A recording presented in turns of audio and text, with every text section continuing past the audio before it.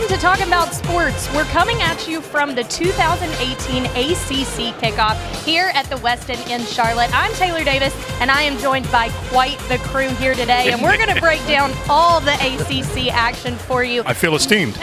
You are. Now, of course, day one had to get started with a word from Commissioner Swafford. It's that time of year again. Welcome to the 2018 ACC football kickoff. It's great to be with you, as it always is at this time of year. And I want to begin today by really thanking each of you for being here, being in attendance. And thank you for your countless efforts throughout the year in covering our players, coaches, schools, and our conference. This fall, we will finalize the live event programming schedule for the fall, winter, and spring sports. Throughout the academic year, we'll begin the process of considering our non-live program needs and reviewing different show ideas that will be on the ACC network.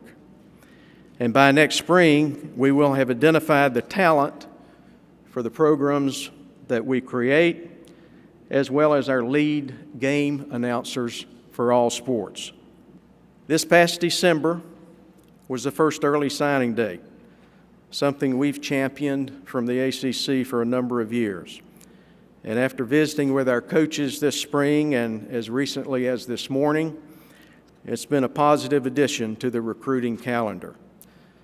There's also been significant discussions surrounding the redshirt and transfer rules. We'll need to evaluate both of these over the next year and beyond, but I don't think there's any doubt that the benefit for our players far outweigh any negatives. Obviously, the commissioner has high hopes for the conference heading into season. Now, let's get started talking about the teams. We'll start with the Coastal Division, which was day one. Let's talk UNC. Obviously, Coach Fedora made some statements that had a bit of an impact in the social media world. Yeah, I'd say. Yeah, a little bit. It might be an understatement. Buck, let's start with you. What are you seeing from UNC? Well, I think everybody on this panel would agree that UNC has to play better defense. That's been their issue, and it's been there for a while. Chaz Surratt, can he be the quarterback?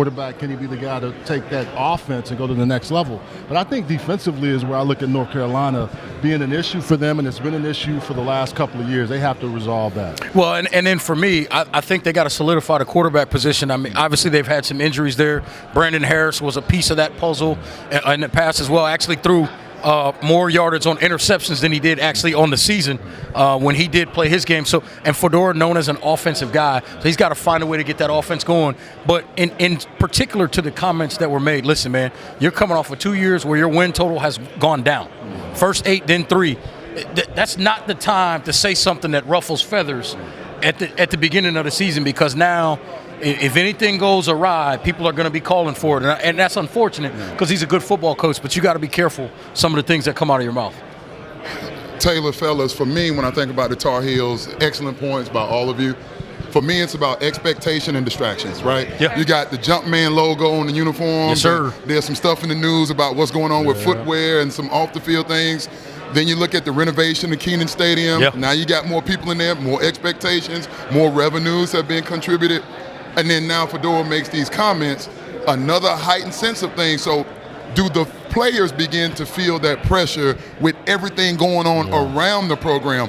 Al Grove, my former head coach at UVA, used to tell us all the time, before every road game, he would put up a picture of the stadium. Yeah. And he'd use his laser pointer and he'd say, guys, don't get caught up in everything around who's tailgating, the celebrities, what night it is, blackout, whiteout, whatever the situation may be.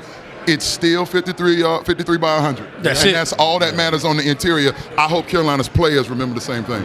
You definitely don't want media days to become an issue of a distraction for a team, but I'm going to go back to what you said about the quarterback battle. Yesterday, Coach Fedora said what he's looking for is separation in fall camp, but he wants a guy that can take over the team on and off the field and really command the offense. Who do you think does that job? Well, it's going to be interesting to figure that out. We've seen Surratt on the field, and we've seen him have some good moments and some struggles as well.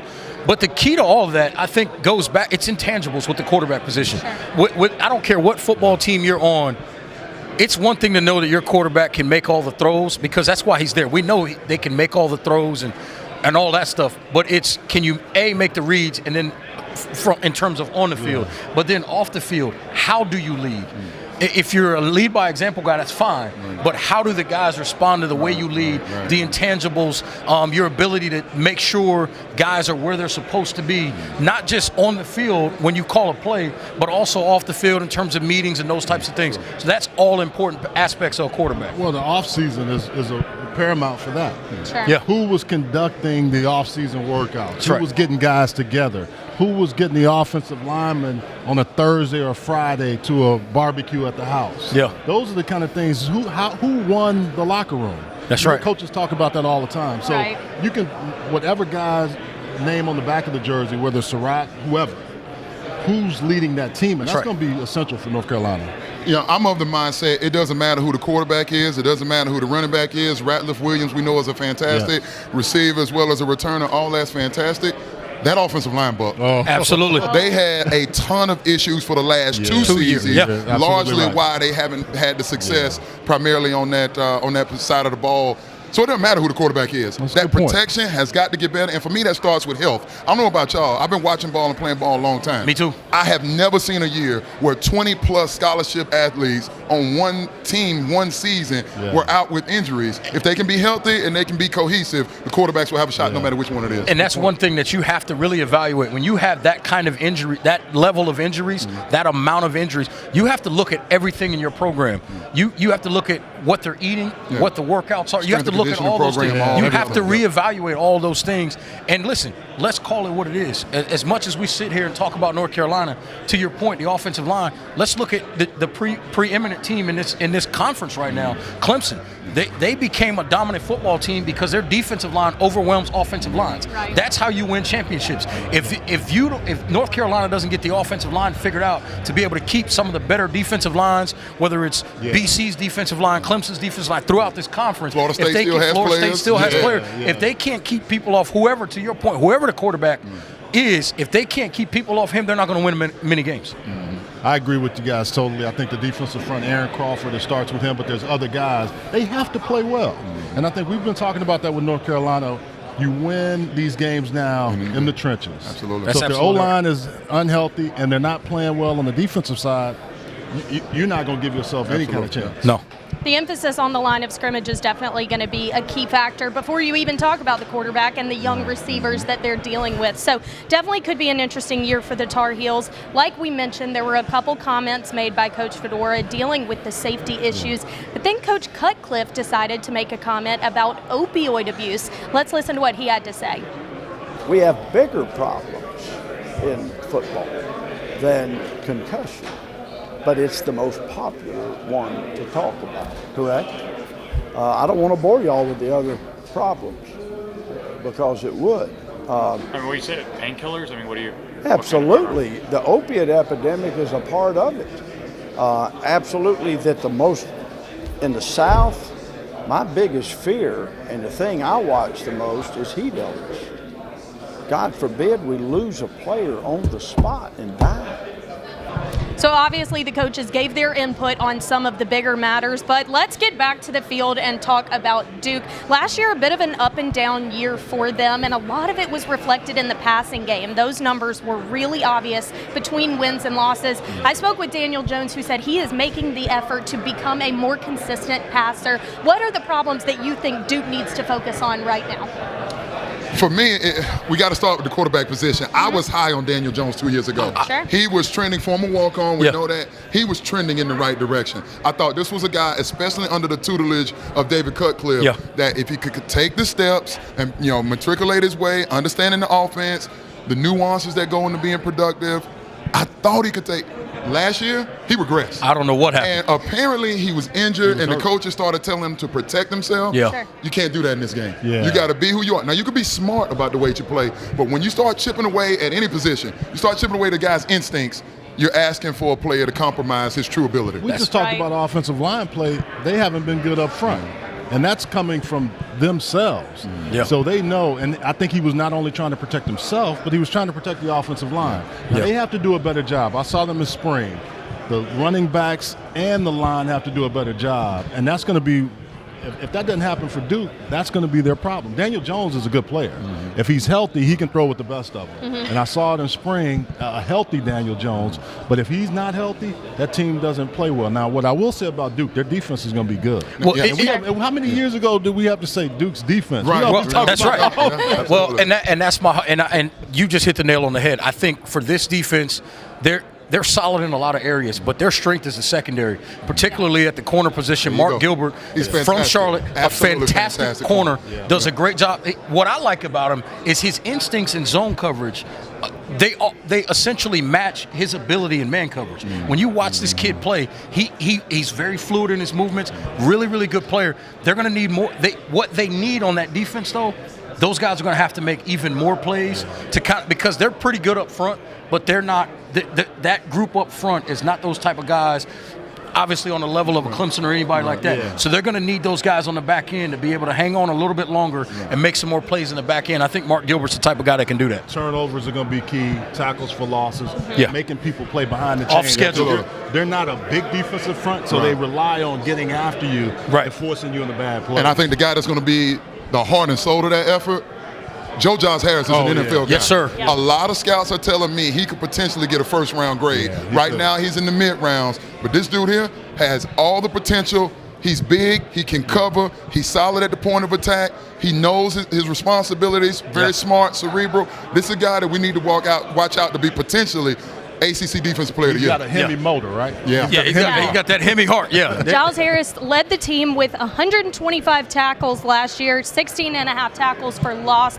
But when you look at the defense, an issue that comes up is aggression. The defense only recovered 4 fumbles last year. How do you gain that aggression and grittiness? They were working on that in practice. I'm glad you brought that up. That was turnover situation. So, you know, Miami, we talk about the turnover chains. They had 31 takeaways. Yeah. You got to practice takeaways. That's exactly right. Both play it's a habit. It's a habit. Being an offensive player, if I don't protect the ball, they're coming after it. Tony Dungy used to always talk about 35 to 40 is what we want to get in a year. If you're in college, 30 to 35 is a good great number. Year. So that's what they have to do. Not just forcing fumbles, but really every time the ball is anywhere in the vicinity, I saw those guys knocking it out. And if they gave it up or they didn't get an interception, not 10, but 20 push-ups. And part of that is also gang tackling, that mentality. Because when I get to the football first and I stand that guy up, Stan's coming in to take the football out of his arms. That's the next piece of it is if you're getting multiple hats to the football, it's a lot easier to create those turnovers. So one of the things I guarantee you they've been working on in practice is when that ball goes up, I need 11 hats to the football because that's how you create those turnovers. It's a lot of times the second and third guy that come in and knock that ball loose and create those turnovers. And defensively, it's a mentality, but it's also a skill. You can practice. Yes, sir. Al Groh, again, going back to my playing days at UVA. Stop name dropping, Stan. You said Tony Dungy a moment ago. I got to come up with some friends. My man Tom Scrap Bradley, shout out to him. In all seriousness, so we were playing hard under Hall of Fame coach George Welsh. But when Al Groh showed up with that NFL mentality, his expectations and what he had for us on Saturday and what he was used to on Sunday did not waver at all. We practice more physically than anybody else in the country, and I know that for certain. Now, again, we didn't play with the Alabamas and all of that, but the point is the mentality of, and I don't know if Coach Klutkiff and you were there at practice, if he's flipped that switch, but defense intensity from a mental perspective needs to become an area of focus. I'll tell you, Derek Jones is big on Twitter, their defensive back coach. He is. And you can see what they talk about, cheetah, hunting. You got to hunt on defense. That's exactly right. You got to hunt every single time out. And I think that's the mentality that they're trying to have. And I don't remember in the past being able to say that about Duke. But watching them practice, that's what's going to be the difference for them to protect some of those things. And one thing that, scheme or not, that guys can have is when they play aggressive, they're a lot more instinctive. Because especially particularly on defense, you know this as a defensive player, I know this as a defensive player, and you dealt with us. If we're playing aggressive, we're going to make a lot more happen because everything is just a reaction. We're not thinking at all. We're just trying to create that big play, and that's how it's done on defense. Run through that wall. And it becomes infectious. Just run through it, and you figure it out. It becomes infectious, and there's an expectation, right? That's right. My old coach used to tell me, stay in turnovers, they come in bunches. You understand? All it takes is one. We saw it with the University of Miami in that turnover chain. And a lot of those plays were made because dudes had expectation of exactly making right. those plays to get that change. And we used to work on a drill. It was called strongest hands. They would literally put a football in between two guys' hands, and you would have to pry the football loose. And what that does is it makes your hands stronger. So when you go to make contact with a ball carrier, your hands are strong enough to rip the football straight out while you pull a guy down with the other hand. So there's Taylor, little things like that. They did that. We walked around and With if the you football. fumbled, you carried it all week, and cats were knocking it out of your hand. I'm Don't Believe it. Right, don't let somebody else bring the ball back to coach, right? Listen, you guys could teach Duke a thing about some aggression, so we'll work on that. But hopefully for them following guys like Giles Harris, running back Britton Brown, who had a phenomenal year last year, hopefully this is a year for Duke to be on the upper. I know they're ready for that, so we will see. Now, guys, don't go anywhere. There's still plenty more to talk about. We're going to take a quick break, and we'll be right back.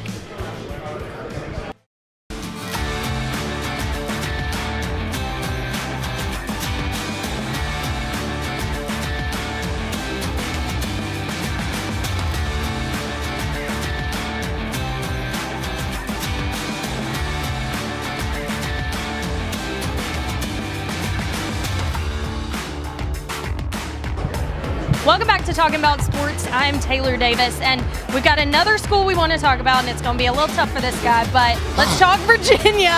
Okay. Listen, Coach himself said this is a developing program. How are you seeing them develop players right now? Well, it remains to be seen, right? I don't know how you guys feel, but for me, I look at a coach, what does he do in year 3 when he's coming into a new situation, right? We know now that all of those guys that Mike London had in there, they've all gone, with the exception of maybe a few that had a red shirt or a medical year. Correct. So this truly comes down to Bronco Mendenhall, and I can tell you, having some conversations with him off camera, Bronco has a different energy about him. Now, going to a bowl game in your second season when Virginia hadn't been to one since 2011 helps. But he has a sense of humble confidence, and I'm wondering if the kids feel the exact same way. Now, they got 3 guys that were on that defense that's not going to play on Sunday, 2 draft picks, and all we got to say is Quinn Blandon. How he didn't get drafted is beyond That's an atrocity. That's crazy to me. However, now what do you do, Bronco? And in terms of development, I hear a lot of chatter. Sure. I need to see it. What I can tell you, handing off to you guys, physically, the kids competed last year in a way I didn't see them the years prior to. Well, to that point, Coach actually told me yesterday that a big part of his emphasis in developing player has been the physical side. He has brought on 5 strength and conditioning guys to his staff, and they are focusing on visually showing guys their progress physically, and the players are really responding to that well. What that tells me is they're looking for a model of consistency across the board. And part of that does come in the weight room and details and things like that, because when you create that consistency there, then you create it on the football field. And the thing that I've noticed from this iteration of the Virginia football program, particularly the last 2 years, you see flashes, but you don't see a consistency. Exactly. That's what Coach Mendenhall's got to find, is a level of consistency on both sides of the football as well as in special teams for this football program to ascend the way he wants it to. What concerned me a little bit, and maybe this is just, and I know I've known Bronco since he was at BYU. I don't know him well, but he's a pretty honest guy. And the part about only having 27 ACC players, I didn't love that comment, but I didn't like that because that's negative for you in recruiting. Absolutely. That's exactly right. But what I do know about him is when they practice, when they used to practice at BYU, it was physical. Yes. And it was a tough kind of practice. You see, when you look at Utah and you look at BYU, that's the kind of guys, the kids they would get wouldn't be the top quality kids always, but they would always play hard. And I'm wondering what happened, because they beat Boise State. I thought for a while Virginia was going to have a really nice run, and it didn't turn out quite like I thought it would. So I'm interested to watch this year to see how the kids have bought in. Right. And has Bronco changed a little bit in his coaching style? How is he going to approach that? I don't know, but I think to your point, he's pretty honest. When you look at Virginia historically, when they have, I should say we, I can say that now. We. You can say we. When we have those best years, there are 2 factors always in play. One is the quarterback. Whether it's Matt Schaub, whether it's, who's my brother? Aaron Brooks. Yes, sir. You know, when Virginia has their best years, you got a guy in the center that's capable and competent. Absolutely. Kurt Banker wasn't bad last year. No. Banker is a decent guy. Now he's in Atlanta trying to make a roster spot there. The second thing is, Virginia's got to run the football. They have Thomas to. Jones, Charles Kirby, Terry Kirby. It doesn't matter. Insert running back. Jordan Ellis. Jordan Ellis is another. You have to be able to run the football. That's the culture and the pedigree of UVA. Since Bronco has been there, towards the bottom, if not the bottom, of the conference in rush attempts. Got to get that figured out. Absolutely, because that speaks to the physicality of a program. Yep. A program that can run the football is a program that's not afraid to be physical, push people around in the trenches, and dominate the line of scrimmage. Absolutely. They have not been that really at all since Bronco's been there. Now, granted, he came in, he had to turn the things around, and he's working on that. But if we see a strong, a consistent running game out of this program, you can tell their physicality has risen, and the program is going in the direction the Bronco Mendenhall wants. What I will say about Virginia, Duke, any of those teams that in the past, sometimes when they were down, you would circle that as a win. Yeah. You can't circle any wins on any side, Atlantic or coastal. No. And I think that's the real key with the ACC. The level at the top has made those guys at the bottom and in the middle start to raise their game. Also, expectations for Virginia, I think they got a chance this year. The schedule's not bad. The schedule's not bad. It Has sets up gotten pretty well for them. noticeably more manageable. Now, he's got that this year. Start kicking in. They got a few more powers. They got to play some home and homes. Right. I think Notre Dame is coming up soon, maybe even Penn State off the top of my head, but good schedule. They don't want to see us again. They don't want that back. All right, They don't want that back. Let's talk defense, because the defensive Sideways line. emoji. I'm sorry. Go ahead. I don't know. Let's talk defense, because the defensive line is taking some hits in depth. There's going to be some holes there. They're still not really sure what that front five is going to be. What do you think is going to be more pivotal, getting the offense clicking or a solid D-line? Defense. You think? When you can dominate the defensive line, you can win championships. Yep. When you can play well on defense, you get more opportunities for your offense. It starts with defense. Listen, offense wins games.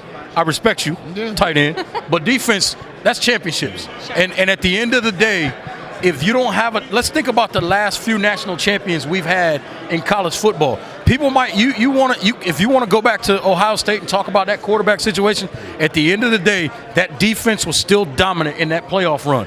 Alabama's defenses have always been solid. That's why they're able to win championships. Georgia last year, we've seen what they've done. Clemson obviously is the class of defense right now in college football, particularly in the defensive line. If you're going to win championships, it starts up front on defense. Well, if you want a for sale sign in front of your house, I think being a defensive coordinator is where you are. Because it's hard, it's hard to play in college football, no matter what conference you're in. Yeah. Big 12, wide open. Right. ACC has some teams that spread, but there's certain physicality. So I do agree with that. I think the defense for Virginia has to improve. And Stan, you would know as well as anybody what they're building over there. I have an issue, and again, I started with Coach Welsh in the 4-3. Algro comes in with the 3-4 eye front defense. I'm not a proponent of having a 3-4 defense in college. I don't either. Too much responsibility to put on young kids, too many checks. When you got to mix that with class and you're still developing, it's just not enough time to really devote to the craft the way you can when you're playing on Sundays and Monday nights. So I'm concerned from an alignment perspective. Had the exact same conversation with Paul Johnson yesterday, Georgia Tech hiring Nate Woody to come over from Appalachian State to implement the 3-4. Now, you can do different things with the 3-4. You can be multiple, versatile. You can switch it up.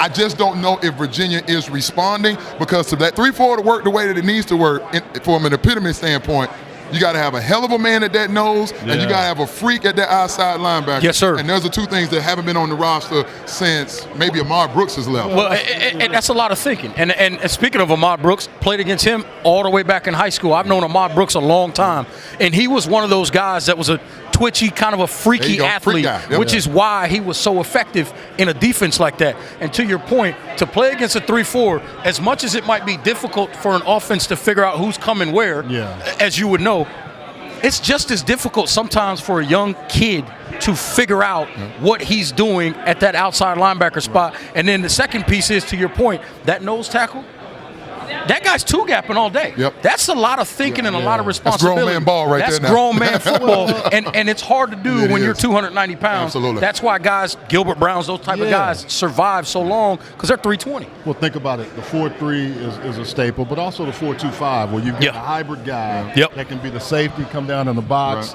He can do a few things, and in particular, we're seeing a lot better tight end play in this conference. I think that's another reason why you have to have some versatility. And sometimes in the 3-4, the matchup issues that you'll have, if I get matched up on the Sam, I should beat him as a tight end, meaning a strong side linebacker. So those are the kind of things I agree with you guys.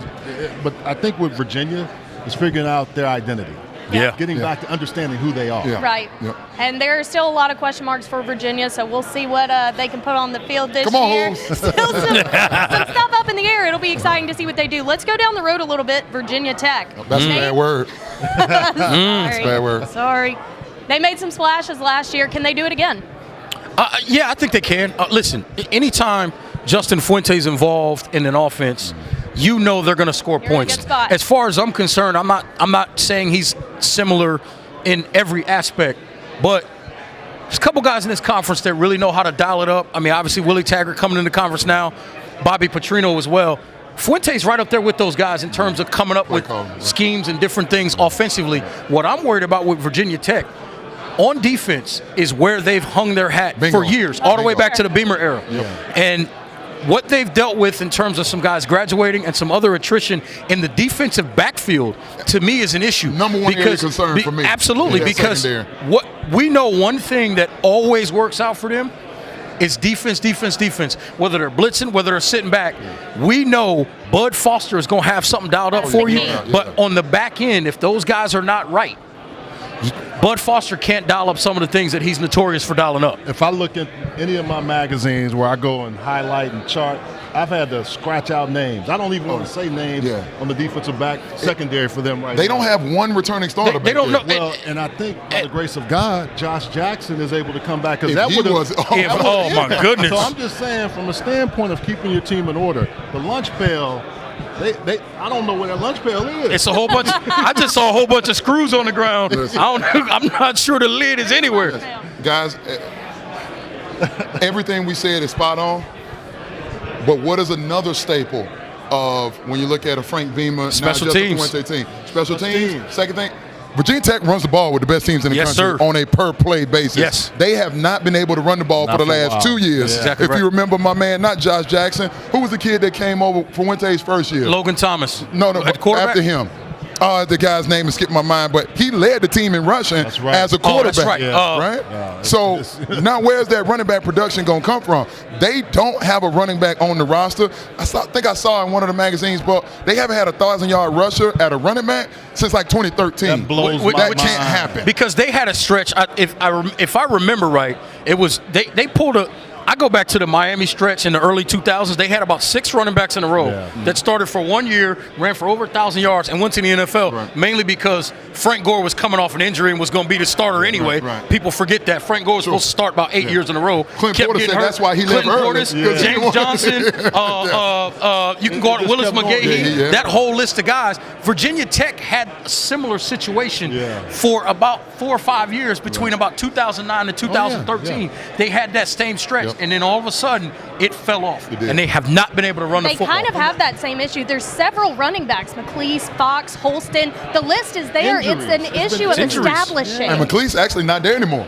No. From what I'm saying, McLeese transferred out. Yep. So they're down to the kid from Tulsa that tore his ACL. I can't remember the kid's name. Forgive me for not having my roster in front of me, but they're in trouble. Yeah, they've got to figure it out. They don't have the talent and they don't have the bodies there. That concerns me. I think Virginia Tech takes a step back this year. And you need to run the football to protect your defense. Yep. And when all the issues they're having in the back end of that defense, if they can't run the football and let that defense get off the field from time to time, it's going to be even more of an issue. And also to protect Josh Jackson. Let's face it, we don't want to see him running as much as you want to make sure he's in a position where he can throw the ball and stay healthy. And I think that's an issue for them. Let's talk Josh Jackson, actually, because there were some eligibility question marks this offseason. It was noted as an academic issue. When asked about it yesterday, he simply said, a personal academic issue that I had to handle. Literally, that was quotes because he said it about 75 times. How much of an impact do you think that could have on him mentally, if at all? I don't think at all. I mean, first of all, it can't. Right. If this team is going to be successful. But the reality is that's behind him now. He's eligible. He's good to go. That's all behind him. You got to dismiss that, and now you got to go lead this football team and help continue to help this program ascend, not descend. And so for him, that's got to be gone. Right. What's going to help that as well is being the son of a coach. Yes, sir. His father, position coach at Michigan for a long time. That's right. That's right. Daddy has instructed him all his life how to deal with distractions, how to deal with adversity. That's exactly Josh right. Jackson, if this was his first year going into the offense, different story. He's been in the offense That's for exactly a year. right. Yeah. Everybody on the team knows that's the guy that's leading us. Yeah. As long as he's healthy, and that offensive line get together. Virginia Tech's offensive line hasn't been terrific since Fuente's been there the last couple years. That's why the running game hasn't been as And then, you know what? Now that you say that, that makes perfect sense, Mark. Right. You look at it. Yeah. It's all connecting. Well, again, we will see what happens when they put it on the field this season. Man, I'm getting excited for football season. Let's we go. got plenty more to talk about when we come back to talking about sports.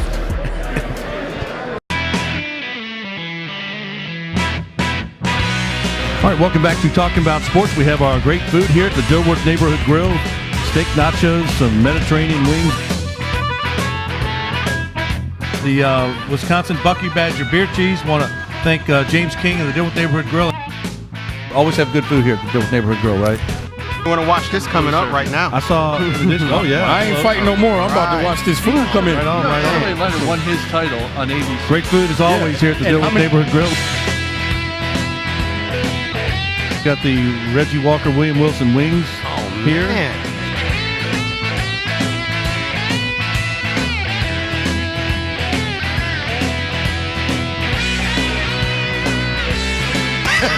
Well, thank you. Hey, man, your phone just did you pay the bill? A lot of them old Baptist preachers that start church at 7 and end at 4 like them long churches. They like they suits long like they sermons.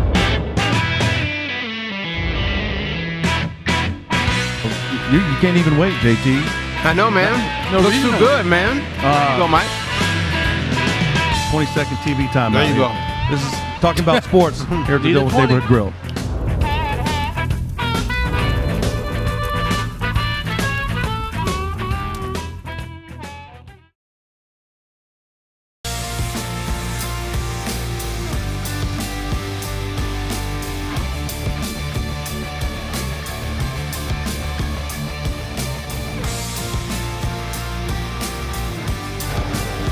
And we're back. We've got a few more Coastal Division schools to run through, so let's start with Miami. Got off to a hot start last year, 10-0. Obviously, that D that was almost untouchable. Guys, what are you seeing out of Miami heading into this year? I'm gonna kind of cheap plug here, but one thing that I noticed of that football team, particularly last year, is how physically different they looked. And I'm gonna give a little bit of a shout out. Gus Felder, one of the strength and conditioning coaches down at Miami, one of my teammates at Penn State. He was an offensive lineman, doing a great job with those guys. And you can see the physical change in them since Mark Richt has got there. Gus was an assistant strength coach at Georgia with Mark and went down there with him. So you see the transformation of their bodies. Those guys look different, and they played a lot faster last year. And they were fairly young, which I think a lot of people didn't realize. Reclamation project, too, for Manny Diaz, who went through some things. Manny has really gotten those guys playing. Shaq Quartermain, a young guy that's played a lot of ball. McLeod, their linebacking crew. Pinkney's the other one. They were really good at linebacker. Really, really good. And then up front, they're getting back to the Miami of old. Yes, sir. They got 8 guys, maybe 9, and there's going to be a freshman we don't know about. Absolutely. Who comes on the scene and makes plays. Yep. So that turnover chain, the defensive backs always get the credit, but you got to have guys putting pressure, and that team puts a lot of pressure on them. Yeah. When I think about Miami, what comes to mind is the development of Malik Rozier. You know that Mark Richt is a quarterback guru. He's been doing it a long time. And he told Rozier, "You're probably not going to be able to play for me." And Rozier proved him wrong. I think Rozier got a bad rap because there was so much else going on. Yeah. Mark Walton before the injury. Ahmad Richards, without that hamstring injury, probably playing on Sunday this year instead of Saturday. Exactly. That defense, then the turnover chain. It was everything other than Malik Rozier. That's exactly right. right. I think he handled himself very poised. You remember how many games Miami won last second, last minute? Yeah. Georgia Tech comes to mind. Virginia Tech, I think, comes to mind. So they had some games that Malik Rozier, who was obviously their leader. Now, what's the psyche? You lose 3 straight in embarrassing fashion here in Charlotte in the ACC title game. Then a good Wisconsin team jumps on you. What is the psyche? I do believe they're ahead of schedule, but for me, it's Malik Rozier. The better he plays, because he's the leader, they look at him. The better he plays, it increases their likelihood. Well, and the other piece of that is when he's playing well, when he's making the right throws, they can do some different things with their offense. They can go play action on first down, take shots on first down, because if he's hitting them, then in certain spots, when they want to run the football, it's a lot easier to run the football. It's about balance. And Mark Richt has always been about having a balanced offense all the way back to the days at Georgia. You can think about, people talk about the Aaron Murrays and the David Green. You can go back through all those years. And one of the constants was always a solid to great running game at minimum at all times. And Mark Richt is going to find a way to get back to that. Guys, one other thing, too. Most really good quarterbacks, and this is what Rozier needs to do to get to that next level, you find your checkdowns. And Miami has always had guys going back into Alonzo Highsmith days, Melvin Bratton, Edgerrin James, that can catch the ball out of the backfield. That's right. Absolutely. Get that short throw, let those guys make plays in space. And he took a lot of hits that he didn't need to take last year, and I think that was a big issue. You took the words out of my mouth. I'm sorry, Reg. No, Let you me good, ask you baby. this. Because of his decision-making being inconsistent, were you mad at Mark Richt for benching him in the Pitt game, last regular season game, the game they ultimately lost up in Pittsburgh? No, I think Mark Richt was actually trying to protect him. He was. I thought I've seen quarterbacks that have played so poorly, and I played with some that were good, but they just it all went away. That's why the kid Trevor Lawrence, Sunshine, we're talking about, he slows the game down as a young guy. And Deshaun Watson did it. What you have to do is you got to just, if you're not comfortable and confident, hit me at the tight end spot. I'm 10 yards. I'm fine. The running backs out of the backfield. Hit the easy throws. That decision making. He was trying to do that, but he couldn't do it. And that's another thing. And you just hit the nail on the head for me. And I was getting ready to say this. Your old position, the tight end. You got to have, when you have a quarterback that's playing inconsistent, he's got to be able to trust a tight end as a check down. Luganbill, who just walked by. Just like Tom Luganbill, he found his tight end. And if you think back to the lineage of Miami, and there's some guy, one of the guys is going through some issues right now, but whether you think about Kellen Winslow II, whether you think about Greg Olsen, Shockey, what's the kid's name that just went to the NFL? Chris Herndon IV. Chris Herndon and Walford. Clive Walford. They've had guys at the tight end position, Njoku, historically, that have been there to help their quarterbacks out. And they've got to find that consistency to help Malik Rozier out as well. Because if you've got a good running game and a tight end, it's a lot easier to attack defenses because now they got to be honest and play the entire football field. And I'm glad you used the word attack, because what I see in Miami, they've always had running backs. We talked about a few of those guys. Yeah. They got one now. That came out of nowhere. Nobody knew who that boy was going to be before. When Mark Wong went down, I wrote him off. I did too. I did not think there was anybody that could come from behind him and go get it done. The production for the Canes last year from the running back position, I was absolutely floored by how well the young man carried himself throughout the course of the season. Took some licks, put the ball on the ground a couple times, but he continued to be money each and every week. He's got to take the next step in the running back position as well. I like where he's going. Now, yesterday, Mark Richt was singing the praises of several of his quarterbacks. Now, he said Malik will be the starter. That's what everyone's expecting. But as a quarterback guy like Richt, do you think he's tempted to utilize any of those other guys, specifically Perry, who he said is, quote, really fun to watch? I wouldn't say tempted, but I would say willing. One thing about Mark Richt, I don't. Now, here's one thing we will never see from Mark Richt. He will not pull a Brian Kelly and play 6 quarterbacks in one football game, like Brian Kelly did years and years ago at Cincinnati.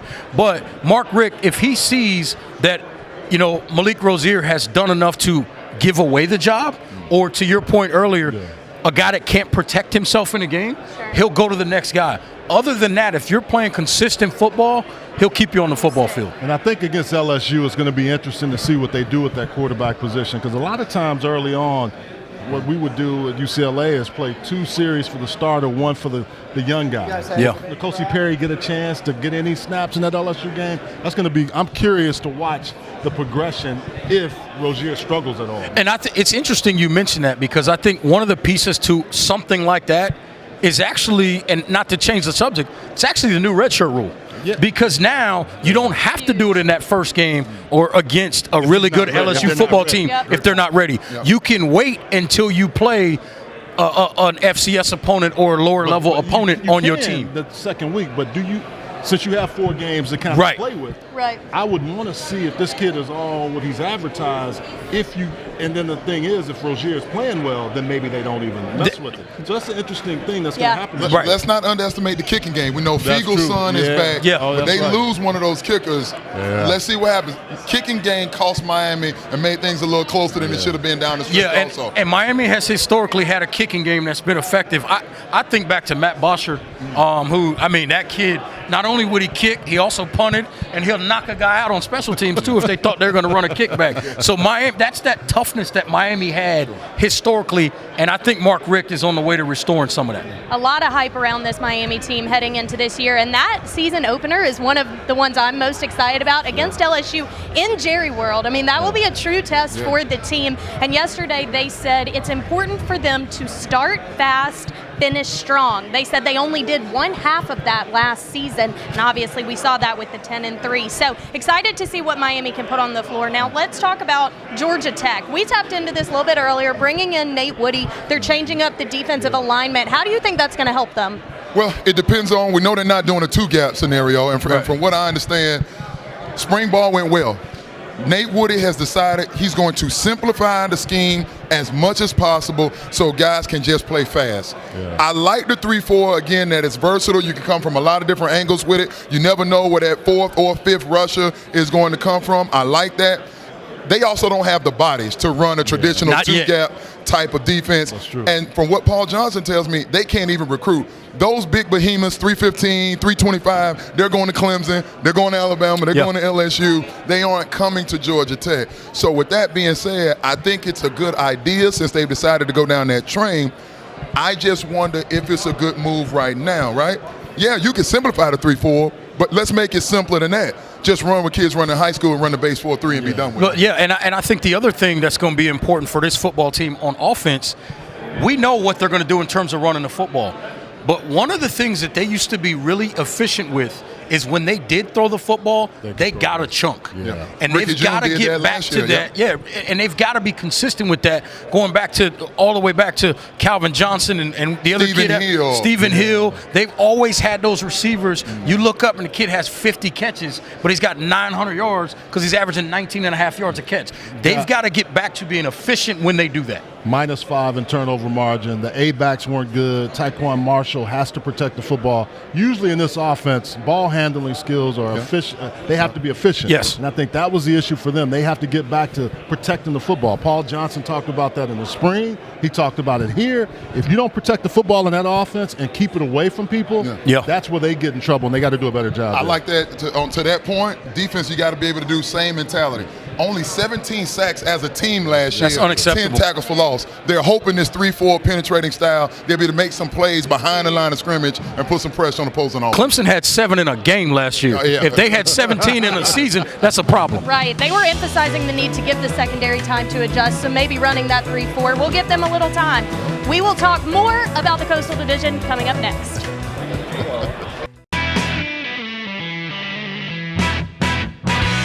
All right, welcome back to Talking About Sports. We have our great food here at the Dilworth Neighborhood Grill. Steak nachos, some Mediterranean wings. The Wisconsin Bucky Badger beer cheese. Want to thank James King of the Dilworth Neighborhood Grill. Always have good food here at the Dilworth Neighborhood Grill, right? You want to watch this coming up right now? I saw this. Oh, yeah. I ain't fighting no more. I'm about to watch this food come in. Right on, right on. Charlie Leonard won his title on ABC. Great food as always here at the Dilworth Neighborhood Grill. Got the Reggie Walker William Wilson wings here. Man.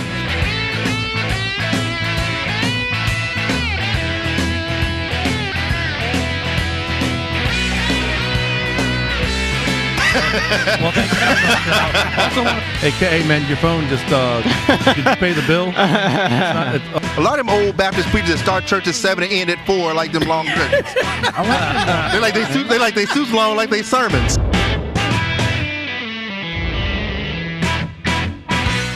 You can't even wait, JT. I know, man. No, looks too good, man. Go, Mike. 20-second TV time. There you go. This is Talking About Sports here at the Dilworth Neighborhood Grill.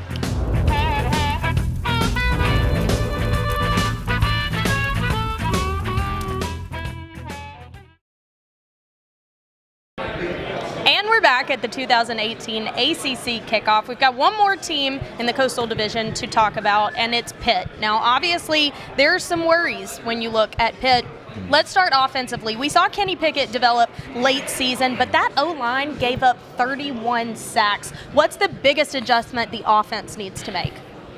I'm pretty sure I just said it. Protect everything. Or no, how about not protect everything, protect something. Just one thing. Yeah. And for me, I'll just say it.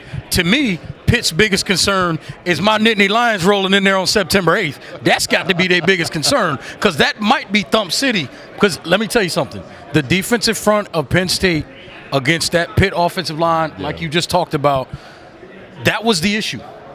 And until they get that offensive line corrected, there's nothing. You're not going to be able to do it. We've been talking about this throughout the show. Yeah. If your offensive line is not solid, you can't. It's going to be a struggle.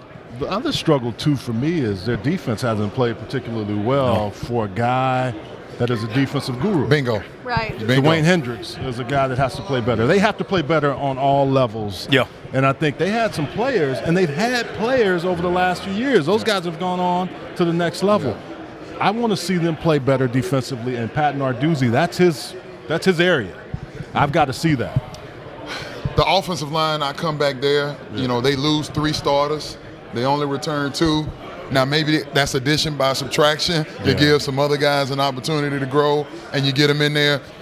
Another thing that's going to help Pitt is the area. The state of Pennsylvania is rich, especially with talent on the offensive line and on the defensive line. So they won't have to go far out of that tri-state to find some guys, at least get some bodies in there. And if you can be a developer of talent in your strength and conditioning program, that's going to help. But that offensive line, to me, is also tied to that backfield. James Conner's gone 2 years now. Yes, sir. You know what I mean? You got to have a solution. I thought Quadre Henderson would be a guy that they could use at the running back spot. I know they love Darren Hall.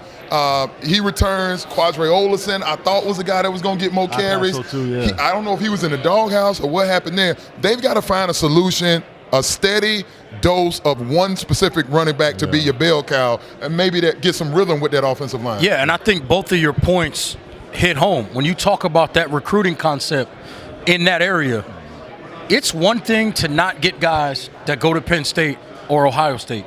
It's another thing to get dominated by those 2 schools in recruiting the city of Pittsburgh and that local area. And that's what's been happening in the last few years. The other piece of it with Narduzzi, as much of a defensive mind as he is, and I think this is where sometimes coaches get themselves in trouble, it might be easy for him to process all that information, but you're trying to put it into the heads of 18 to 22-year-olds. It might be time to simplify some of what they're doing on the defensive side of the ball so that they can get back to, like we always talk about, the players can attack and play instinctively and not do so much thinking. Because when you watch them play, they don't move. When you look at some of the 40 times and then you look at some of the functional time on the field, it shows that they're doing a little bit more thinking than they need to be doing, and they're not just playing fast football. They were even in the turnover margin, which shouldn't happen with the Pat Narduzzi team, because you know what he likes to do, attack. But also in the secondary, they've got to play better there. Way better. 106 in the nation, 254 yards in the air every game. You can't do that in this ACC, and you better figure that out and shore that up if you're going to be a challenger. And Buck, to that point, it wasn't just the yardage. If we go back and look at the yards per play allowed, yes, sir. They led at one point. They led the Power 5 in big pass plays allowed over 20 yards or more. I mean, those X plays, you just can't, because it's not only breaking down your defense, it exhausts you from a mental capacity. When you're playing good on first down, playing good on second down, they throw one first down. Play good on first down, play good on second. It demoralizes you over time, and you lay down if you're not mentally strong enough. Right. Offensive tackle Alex Booker said something very similar to that yesterday. He said an issue has been the lack of pride in Pitt football. He said there is a lack of passion and a pride in the game we're playing. And if we can implement that this year, we hope that we'll execute better. A couple of things for me too. Playing in the stadium that they do, that doesn't help them when they're going. It's not home. It's not home. Right. Penn State, or they play Clemson, or they play NC State. Those are college areas. When you go there, people have said, now they've had nice crowds, but that's a pro team.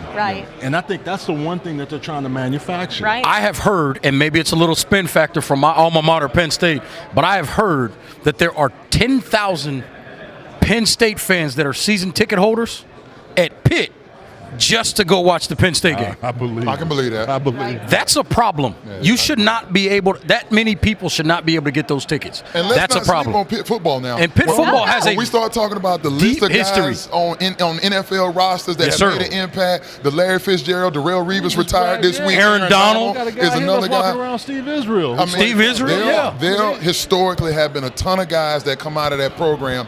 It is inexcusable. And when I hear a comment like that coming from Buxer, it makes me It's think, interesting. well, Narduzzi, isn't that your job Right. to develop a culture? Isn't that your job to have an identity? One of your players should not be saying that. And trust me, we've all been there. He's not the only one that feels Sam, that. But that goes back to recruiting I too. like for him to say that though, because as a leader, Yeah. Be vocal. I'd rather him say it Right. than the coach say it. But I don't That's need him to absolute- say it publicly. if That's it's something you true, say. But If the, it's yeah, but the truth shall set you free. It might be what gets them going. Well, sometimes you listen. What's done in the dark come to light. But at the end of the day, sometimes you got to call your guys out loud enough so that they know. Listen, Loud and I'm with clear. you. I'm a proponent of not putting a lot of stuff out publicly either. But every now and then, if it's got to be done, it's got to be And done. usually old linemen aren't the ones that put it out there like that. Sure. So that's a message being sent from somewhere. Right, and we'll see how they apply that going into this season. That does it for the Coastal Division teams. Now, before we dive into the Atlantic Division, we obviously talked a little bit about the rule changes. We had an officiating forum yesterday that talked about some of the different ones, from the kickoff rule change, blocks below the waist. What do you guys like? What do you not like? For me, I'm sorry, Rich. For me, as a guy that was my primary role at the University of Virginia, they are doing everything they can to essentially eradicate special teams. I agree. And I think that hurts the game big picture.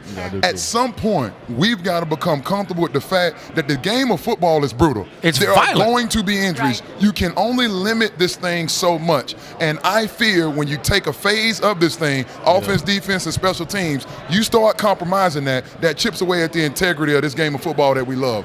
And to that point, I'll say it this way. Football is not a contact sport, people.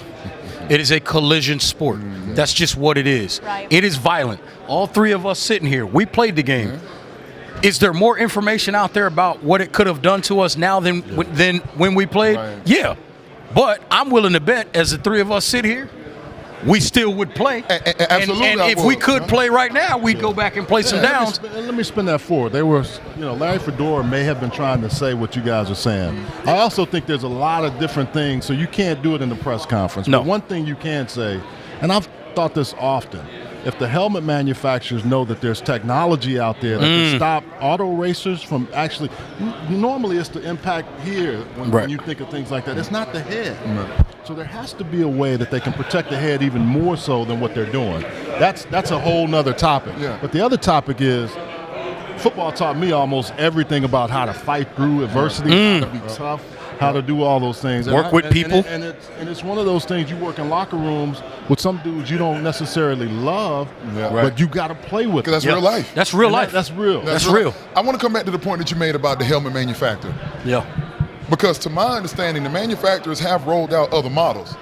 They're giving the players choices whether to choose to wear that particular helmet or not. And some of the new technology, the helmet is heavier. And what the kids are telling me is, I need to be as light and as fast as possible. But bikes were the heaviest thing on earth. Yeah, back bikes in the were day. ridiculous. But they would protect you in certain instances. Right. So I don't know if they're. I think that's one of those things they're going to mandate at some Mandate the point. kids, just like they do with the knee pads and thigh pads now. And I think it also. Knee pad ain't going to protect you. Knee pad ain't protecting, but the thigh pads, but the helmet. And going back to it, I think it also starts at the grassroots level. Yeah. Agreed. And I know Heads Up is a big initiative right now, and they're going around the country teaching coaches how to coach and teach the way to tackle and the way to hit. Can I say and that's something the on big that? problem. Coaches, stop doing Oklahoma drill from 30 yards away. Yeah, you don't need that. I've been watching some stuff on YouTube where these coaches are getting all excited and kids are running into each other from 15 yards away. That's not how you do that drill. No. So stop doing that. And not to mention with that point, in football, if I'm coming to hit you from 15 yards away as a tight end and I'm a defensive back, I'm not coming in high anyway. No. I'm coming to grab that ankle and hold on because I don't want to hit no tight end up high. You have to learn how to You hit. have to learn how to hit and tackle. It's in spaces Right. that you have to teach these young men. And sometimes, I'm just saying, youth football has given it a bad rap. And I agree. We're starting to see other things matriculate from that. You've got to coach these kids at The a right age. way. Right. Being down in Atlanta, and parents and coaches, if you want to look at what I think is the best way to tackle, the best tackling team in the National Football League over the last, I'd say, 5 to 8 years, the Legion of Boom and what Pete Carroll Yes, teaches sir. in Seattle, Yes, sir. Dan Quinn has brought that to Atlanta. They've got actual tackling tape. It's a whole sequence of roll tackles, what they call the Seattle. It's the Seahawk tackle. The Gator Go rolls. on YouTube Like, that. Take a look at that. rolls. That's the proper way to do it if you need a visual on how to do it. Yeah, and the other problem is I think sometimes it's in the hyperbole that's used, right? You just mentioned the Legion of Boom defense in Seattle. Yeah, they're known as the Legion of Boom, but if you watch them, besides Cam Chancellor at times, it's not a whole lot of booming hits. And it's a mostly whole shoulder. bunch of sure tackles, Fair which enough. is what that Yeah, comes down to. excellent point. Yeah. So I think sometimes we got to be careful the lingo that's used because people talk about big hits and yada, yada, yada. Yeah, but if you go back and look at some of the guys, the Ray Lewis's, the Luke Kuechlys, they're not blowing guys up, but at the end of the day, they got 19 tackles. Right. Another rule change I want your opinion on is the fair catch. So it says if a receiver fair catches within the 25-yard line, they will then snap at the 25-yard line. Do we like this? Do we hate this? That's horrific. It's an awful rule. It's I horrific. coulda guessed. You It's can't. making you think too much. Well, why are you punishing your kicker or your punter for doing their job? Yeah, absolutely. We talk about it all the time. One of the things that's key in football is field position. One of the stats for a punter is what? How many downed inside the 20. So now you're just eliminating that stat completely. So essentially, field position doesn't mean anything because you're going to give the offense yards. Right. And how many again, coaches? How many other rules are going to be beneficial to the offense? And maybe I'm just being mad because I play defense. How many more rules y'all going to get, Buck? Hey, man, I agree with you on some of the things. I look at it this way, right? If you're a coach, Al Groh used to tell us, listen, I don't need punt returners, I need punt catchers. That's right. I teach young kids all the time, the most valuable thing in the game of football is not touchdowns and field goals, it's the ball. The possession. If you maintain the ball and you're able to maintain the ball primarily in between the 40s, whoever has that middle of the field longest is typically going to win the game. My concern is now a coach is going to tell this dude, don't return it, just catch it. We'll start our drive on the 25, put the pressure on them to stop Exactly. us. Second part to that is, real quickly, as a former linebacker that was on special teams my whole life, kickoff and the punt coverage units, you're now taking away opportunities for me to show my coaches That's absolutely I right. can tackle correctly in the return That's how I made game. it right. in the league. That's how I made it in the NFL. Absolutely. Right. That's how it started. So I agree with you totally. I want them to make the game as safe as they can. But there's some guys that are safeties, linebackers, Tight ends, running backs. fullback, Those are the guys that make up the most of the special teams. And if you lose that, you lose those opportunities. Right. That's exactly right. Definitely some interesting changes. I'm sure it'll continue to be a topic of discussion throughout this season. Now, next, we're going to talk about the big dogs. The Atlantic Division has been here today, and we've got plenty to talk about from Florida State to Clemson. We've got you covered, so don't go anywhere. And we're back and talking about the Atlantic Division. Now, before press conferences got underway this morning, Buck, you had a chance to talk one-on-one with Louisville wide receiver Jalen Smith. So let's check out what he had to say. I'm here with Jalen Smith, senior wide receiver for the Louisville Cardinals. Jalen, everybody's probably asking you about Lamar Jackson, but man, you've had a nice career at Louisville. Tell us a little bit about how that started when you got there till now here at ACC Media Kickoff. Well, coming out of high school, I was very lowly rated. I was a 2-star recruit and wasn't very highly touted. Didn't get much love from a lot of schools. And Coach P came. He was like, "I got all the faith in the world that you'll be great in our program and our system." And I got up there, and I told him all I asked for was a fair chance. Being a freshman, 2-star at that. A lot of schools, a lot of smaller schools I could have went to. That a lot of people would have felt like fit my my rating. So but Coach P took a chance on me. I got up and I busted my butt to learn the plays and that was the main thing. Once I learned the plays, the rest of it was just football. It would take care of itself. So you say the 2-star, and I know a lot of people out there, they rate them as 4, sometimes 5 stars. So Jalen goes into college as a 2-star, but the biggest thing is you play with a chip on your shoulder. I've watched you on film. Not only do you have speed, you run good routes, and you're a physical player, which translates well not only in college and the pros. What have you worked on this offseason to get better, and even better this year in that offense? Yeah, just that same thing.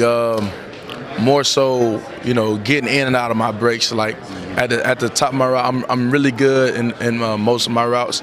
But the thing with certain routes, coming out, keeping my body down, keeping my posture down. Sometimes I stand up, it's rare, but once and what he's saying, guys, and this is great technique, work for those young receivers. When you're running, if you get too far like this, you'll fall over. So exactly. So you don't want to get on your heels, And even then, if you stand up, you give the defense an indicator when you're about to break down or come out of your break. And just working on my balance. Another thing, being able to catch the ball and tightrope the sideline and be hit and stay on my feet, working on balance and core strength. So one of the big things, Puma Pass, everybody talks about the young quarterback. What has he done for you in the offseason, and how have you guys worked together, and what does that look like in your mind? We go out and we throw, and we do like group throwing. So every time, he's up, I'll go with him. We'll do stuff like that. And physically, he's a very talented quarterback, but I think the best thing about Puma is his demeanor. He's very cool, calm, and collected. He's not easily rattled, so I think that'll be a plus for him in the long run. That purple game is working. I tried to come with pink, but I think, I appreciate that. They're saying I'm best dressed so far. The best dressed so far? Yeah, okay, well, so far you're my first interview, so I'm going to give you the title. If anybody else takes it, I'm going to let you know. Let me know. I'll let you know. I appreciate and one that. of the DBs, I'm sure, is going to be saying they got it over you. I doubt it. I don't think so. One last question for you. The defense. There's been a lot of talk about Louisville's defense needing to play better this year. You face them every day. What have you seen from that defense, and how does that look to you? More leadership. Okay. A lot of the guys last year that played were young. They were young guys. Who's a couple of guys that have been leaders this year for you guys? John Grenard is one. He's here with me today. Him, and then we have a guy transferred in from Oklahoma, PJ and Bannister. Hold the mic up just a little bit. A guy, transferred from Oklahoma, PJ and Bannister. He looking to start corner for us this year, and he's very vocal. He works hard.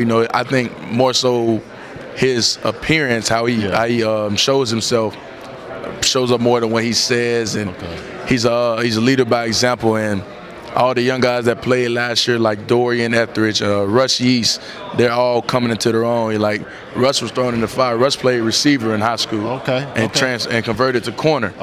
And so and then when Jair got hurt, he had to go step in and play, and he took a lot of heat last year. Jair probably made you a lot better too. Jair being right here from Charlotte too. Yeah, okay. And he took a lot of heat. Being young, he made a few mistakes. And so he took it on the chin. He's got over it. Now he's ready to play. So I think that was going to be what's big for us this year. A lot more leadership, a lot more experience. Jalen got the suit game going. He's already practicing to take my job, because when I get old, you can have it. But you go play in the league a few years, have a great season this year, sir. And then play in the league, and then you come do whatever you want. I got nice talking to you, brother. Thank you. All right, man. Yes, sir. And earlier today, I had the opportunity to speak with Florida State running back Cam Akers to tell me a little bit about what he thinks the Seminoles can offer this year. Here for day 2 of the ACC Kickoff, and I am joined by Florida State running back Cam Akers. Cam, you were the leading rusher last year. You had a phenomenal season. Heading into this year, what are you working on right now? As far as my personal goals or the team?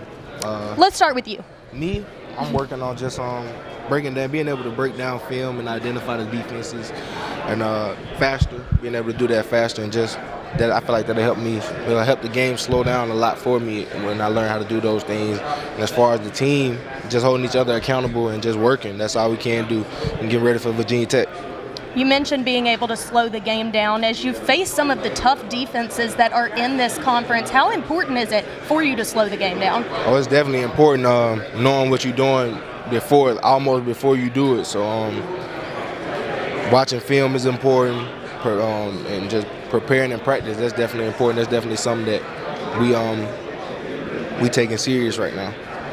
Now, last year, Florida State got off to a bit of a rough start, and it might have had an impact on the rest of the season. How can you guys make sure that you get off to a hot start this year?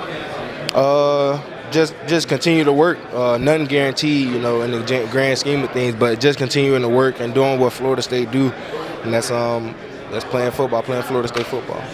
In the past several years, Florida State has definitely been a name toward the top of the college football list. How do you make sure to uphold those expectations and not let it get to you? Just stay humble, and just keep faith in God, because without Him, we wouldn't be in the position we in as a school or personally, whatever the case may be. So just staying humble and keeping faith in God and continuing to work. That's awesome. And Florida State is obviously in the midst of a coaching change. How has that adjustment been for you guys? It's been cool. At first, it was a little different for us, but everybody kind of bought in and took what Coach Tagg was saying and ran with it, holding each other accountable and doing things the right way.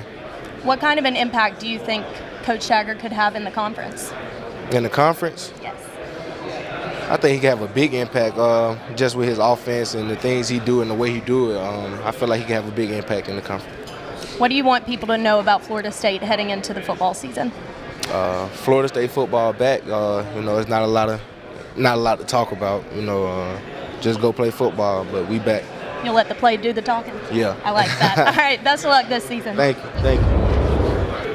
Now, guys, after hearing a little bit about what Florida State thinks they can bring to the table this year, what are your impressions leading into season? Well, I know the offensive line is a concern, but I also saw them play against a Boston College team last year, and they gave up a lot of points on defense. Sure. The simplification of their defense with Harlan Barnett, who I've known a long time, bringing what they did at Michigan State down to an area where guys can fly to the football. That was a development program up at Michigan State. You get 4 and 5 stars at Florida State, I expect more out of them. Sure. For me, I go to that offensive line. Cam Akers and Jacquez Patrick can be fantastic. We've seen what they can do in spurts. I think largely they've been inconsistent based on their offensive line just being in flux. One of the most talented and highly touted groups in all of the ACC. They got to be functional and cohesive going into the season, or both those backs' talent doesn't matter. Yeah. And lastly, they've got two totally experienced quarterbacks, which should bring a lot of confidence to all of those players on both the offense and defensive sides of the football. Brian Burns got excited when we started talking technique and what was going on. Instead of two-gap, get after the quarterback. Yes. Pin their ears back, and I think that's what's going to make a difference for Florida State. Well, they're going to need Brian Burns as well as Christmas because, quite frankly, guys, Florida State haven't had those guys up front that we're used to seeing coming off the edge. Burns is going to have to carry the load. Right, and the Seminoles are really ready to make a statement, and we are excited to see what they could bring to the ACC. Plenty more to talk about, and we will be right back. Welcome back to the ACC Kickoff. We've got another guest. I am excited to announce head coach of Syracuse, Dino Babers. Thank you so much for joining us. Thank you. This is an honor. Awesome. I also know it's your birthday, so happy birthday. Mahalo. Put that out there.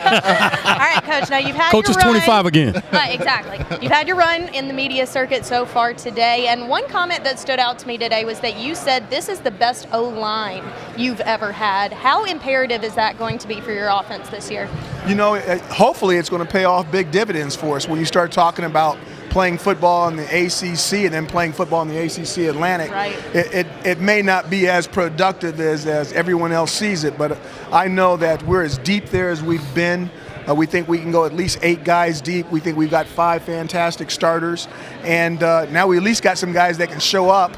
And let's see what we can do, see if we can push some cars around, move some mountains. I call those guys the elephants. I said the lions are not the king of the jungle. The elephants are the king of the jungle. I like that. There you go. We're going to see them play, Buck. So, Coach, you can talk about your offense, and I think with Dungy, DeVito, the quarterback position, but I want to kind of transition to defense. Because when I saw you guys beat Syracuse that night, in Syracuse, it was Paris Bennett, Zaire Franklin, Jonathan Thomas. You lose those guys. How do you replace the productivity in that linebacking crew that I thought was outstanding that night? Yeah, the win over Clemson on that Friday night, I believe it was the 13th. You can check it. I'm not sure. It was. I'm not quite sure about that. Not quite sure? No, not quite sure. But the defense was outstanding that night. And obviously, anytime, they had a mishap of having their quarterback get hurt the first half, I believe Chris Slayton got a hold of one of them and had a nice sack on him, and then they had to bring in the backup quarterback. But anytime you get a quality win over a football team like Clemson, you've got to play defense. I think our defense is going to be better than it was last year. Now, we're not as experienced as we were, and we need to get lucky early. But I think we're extremely talented on the defensive front. I think that we're really talented on the back end, but we're so inexperienced at the linebackers that it's hard for me to get really boastful about how good they can be. But I think we have a chance to be good. Until you see them actually in live competition against yourself and then against opponents. Absolutely, absolutely. Now, Coach, I know we transitioned to defense, but I'm going to bring it back to offense again. Dungy led your team last year in rushing yards. At the quarterback position, how much of that is something that you want to see change and become more of the running backs really carrying that load, and what's been your focus in changing that? Well, that's what we need to get to, and that's what I think the offensive line can get us to. If we can get our running backs to lead us in rushing and our quarterback just to be on the rushing list, right, I think that's going to be more productive for us, where we can get more wins and more big wins, especially in the month of November where we had difficulties. When you're going out there and you're playing in the weather elements, you can't always expect your quarterback to bail you out. And what we need is nice, good, tough yards from our backs, and then every blue moon pull that thing and let our quarterback go in space and see if somebody can run him down or bring him down one-on-one. I've heard you talk about November a couple of times, not just this year, but last year, even at this event, we talked about it. What have you guys done differently to get your team to focus not just the start but to finish? Charles, there's certain things that we're doing that I'm not going to talk about, but I will tell you this: we are not doing the same thing. Gotcha. I've had enough of that. And we've got to find a way. Everybody say, well, it's injuries, your depth, you've had a lot of bad mishaps. That's true. But the definition of insanity is he's doing the same thing and expecting a different result. We're not going to do the same thing. We're going to do some different things, and hopefully the outcome will be different. And if we can get to that month fresher, okay, with more of the guys that we start the season with, I think the results will be different. So you tell them what Homer Smith used to say: get yourself together. Get yourself together, brother. Get yourself together. Eddie inline, Sammy sideline can't beat you, right? There you go. Coach, you've mentioned inexperience and your desire to see these guys play in a game-type scenario. So with the implementation of the new red shirt rule, what is your opinion of that, and how do you hope to use that to your advantage? There's two things. I think there's an A and there's a Z to this rule. The first part of it is I think the rule is outstanding. Yep. And it was a rule that we really could have used last year in the month of November. We had some talented freshmen that we really wanted to play, and I'm not going to hurt a young man's career by giving up an entire season for 3 or 4 games at the end. I'm not going to do it. Some guys do it around the country. I get it, but I'm just not wired that way. Now, going to the Z of it, I think it differs every single year.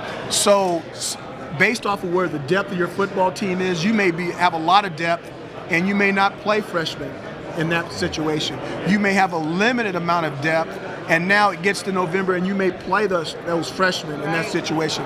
I don't think every freshman is guaranteed 4 games of experience. I just don't think that there's 4 blowouts on everybody's schedule. They can guarantee that not only they can play the freshmen, but you got to remember, if you're fortunate enough to get that far ahead of another team, are you going to put your freshmen in, or are you going to put your backups in that you've got to get ready for November? So there's a lot of card playing going on here on how you're going to play these final hands. But I think you got to be very, very flexible. That's why I gave you the alphabet from A to Z. So you got to be very, very flexible with it, and based off of what's going on and year to year, I think that the answer will always change based off of what's going on with your football team. And Coach, as you head into this season, what's been this time around, what's been the biggest difference that you feel in your program since the day you got there? First year I got here, we came here, and we came here with some outstanding people to Media Day. Their guys look better than my guys. I see what you mean. Their guys look bigger than my guys. Right. Their guys don't look like my guys. Mm-hmm. This year, my guys look like their guys. That gets me excited. That gets me ready to go. I'm pumped up. You know, we've got young men people look at him and go, they look like grown men. I'm like, yeah, they're grown men on the outside. They're young men on the inside. They're grown men on the outside. So I want some more of those guys.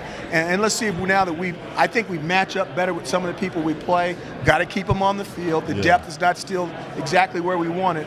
But I think our top 22, maybe getting to 36 or 38, is exactly the type of people we're playing. And to that point, you mentioned the depth. Just real quick, and I know you can't get into it too much in terms of recruiting. The December signing period, how do you feel about that in terms of how it's helped you? For our university, okay, and in our situation, it is a positive. You'll get different coaches in different situations at different universities. It may not be a positive for them, but for us in our situation, it's a positive, and it may help us leapfrog. It may let us get over in the fast lane, Charles. I know about that UCLA traffic, getting over in the fast lane so you can get home.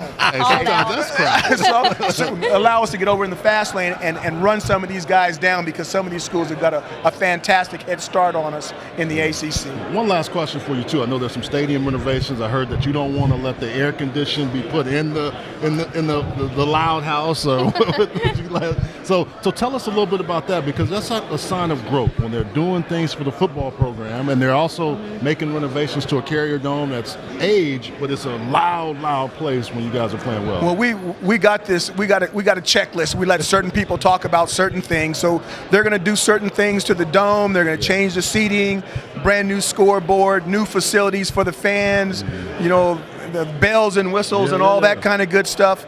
They are going to put air conditioning in the dome. I did try to get that out. And, it's no AC in the Carrier Dome. There's no AC in the Carrier. How about that? A lot of the boosters, they were like, "Coach, I'm with you, but God dang, I got to sit there. We're going to have some air conditioning." So it'll be one of my favorite places to play. But maybe they'll give me the knob, and maybe I can turn it down a little bit. There you go. They'll give you the key. All right, Coach. Well, we'll let you go. But thank you so much for chatting with us, and we're looking forward to seeing what you guys put on the field this year. Thank you so much. We'll be right back. We are back from the ACC Kickoff, and we have swapped out members. We've got a new guest joining us right now, Wake Forest Willie Arbery, defensive tackle. Thanks for joining us, Willie. No problem. You've already had your time in there in the press conference, and I want to start a little bit with what you said. You credited the offense for getting their job done last year. You said the defense needs to get there. What steps are you making to get them there? I feel like we're spending more time in the video room, trying to just learn more. We lost a lot of good veterans on the defense, and now a lot of people just got to start stepping up and taking these reps that we're not getting. I feel like a lot of people are in the weight room trying to get stronger. I just feel like they're putting in extra time to try to catch up to where we were. That's great. Now, Willie, you said you missed spring, so you were out of spring. What kind of mental reps did you take, and what did you do to help the young guys get ready since you couldn't be there? Trying to just explain anything I could, just from me being like, since I played, I understand things a little bit better. So just trying to slow down. Exactly. So just from technique wise to sometimes trying to calm people down. Like people get anxious and like excited about things, but you gotta see the bigger picture and not just the little things. I was just trying to be a good mentor and just help people understand what's going on. Okay. Willie, when I think about what Coach Clausen has done with this program, right? And he's convinced us every step of the way it's going to work. Yeah. We got to chip away at it. You're a product of that mentality, staying in the program. What is the biggest difference in where Wake is today as opposed to when you first came into the program? I feel like a lot of people are just more bought in. We understand that the process works. The culture of the team is different. Like these some of the closest guys I ever been around. Everybody's just bought in and want to win. So as long as we continue to not be complacent, I think we can achieve great things. Willie, what you listening to right now? What you listen to on the way here, or what you listen to before you get ready for a game? All right, so on the way here, we rode down here with Coach Clausen. He had a little 70s on. Okay. He was listening to a little Talking Head.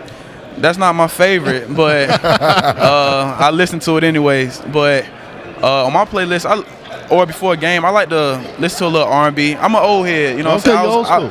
I'm an old school, so I was hanging around my grandma and them growing up. Yeah. So I like to stay calm, like before a game. I might get a little hype, but I have to calm myself back down. What's your go-to song, or a couple of them? like if I'm singing, Yeah. I ain't finna sing for y'all right now. man, I was just about to I know ask you. you. I know you was. I know you That's a no-go. But no, I like to listen to a little John Legend. Like Okay. you can never go wrong with him. Now you say that's old school, but No, for no, me, no, no, that's, no, no, that's, no, no, no, no, I'm just no, no, playing. no, That's yesterday. What was yours? What was what's your yours? go-to music? Well, I had a bunch of Tupac. Okay. You know, I'm in that era. A little I get Ice that. Cube. Yeah. Yep. Yeah. What about A you? little bit of the stuff to get me Yeah, going. yeah, yeah. I feel like grew up with Lil Wayne, Yeah. T.I. That was at the origin of the trap. Yeah. I'm already up. I'm with Oh, you ran a Gucci man. You ran a Gucci. That's fair enough. Hey, don't get me wrong. Don't get me wrong. I listen to that now. Don't get me wrong. I'm just It might saying. not be the go-to. But yeah, it might not be the go-to, but shoot, I still have like if I'm finna go out, I gotta still have that little playlist now. No doubt. There you Now, go. speaking of go-to, you're missing your go-to guy. No more John Walford this year to Yeah. save the day. Yeah. So I got to get back on the field. I'm already here. What are your expectations for that other side of the ball? Because nothing makes us more uncomfortable. It's a former tight end over there. Yeah. Nothing makes us more uncomfortable on defense than we out there balling, your blood, sweat, and tears, you getting it, and they can't move the daggone ball. Yeah. How do you look at that other side of the ball? Other side of the ball, I feel like expectations don't change. We still have a good quarterback core from Kendall Hinton, Jamie Newton, and Sam Hartman. I feel like they're devoting a lot of time. They're in the field room a lot. Like I see they're bringing more young guys and receivers so they can get that niche, like how John Woodford did. I ain't gonna lie, like John Woodford was a great leader on the field and off the field. So we lost a good one, but this is football. Every year you lose somebody, and people have to step up and replace them. You said that a huge point of emphasis for the defense is getting to the ball quicker. Yeah. What kind of drills are you running to get to that snap sooner? I'm gonna say just football. Like everything we do, we're always trying to get to the ball quicker and always trying to get there faster. We don't have our defensive ends and we don't have the savior Duke this year, my boy. Excellent player. To get there when we need. So we need other guys to step up. We know he was gonna leave soon, so now it's just the time to see who else is gonna step up. I can't believe you didn't say pursuit drill, by the way. I just knew you were about to say pursuit drill. Every defensive player in the world can't stand pursuit drill. I kind of like it a little bit. Like seriously, I don't know why. Bless your heart. I want no part of it. I totally understand. Pursuit drill concern me, but I want to be as transparent as possible and ask you. Let's be real. What are some of the concerns? Not just defense or the offense, but just big picture coming into the 2018. Have you looked at the schedule yet? Is there some things happening behind the scenes that maybe we don't know about? Just overall concerns, areas of focus Yeah, I understand. when you're coming into 18. I understand. When you look at the schedule, we look at the same. We trying to win one game at a time. So no matter if they put the Patriots on the schedule, we still trying to win. Hold on. Hold on. That's my team too. I'm saying we looking at every team the same. That's the gist I'm trying to get. Yeah. But big picture, we really starting to look for a kicker. I guess like we had a reliable kicker in Mike Weaver. He's gone now. We just brought in 2 transfers in the kicking game. But we really got to see who's going to win the job. All right, Willie. Well, we are looking forward to seeing you play this year and seeing what appreciate you it. guys can do. Thanks for hanging out with us. All right, thank you. We'll be right back. God bless. Appreciate that. Thanks.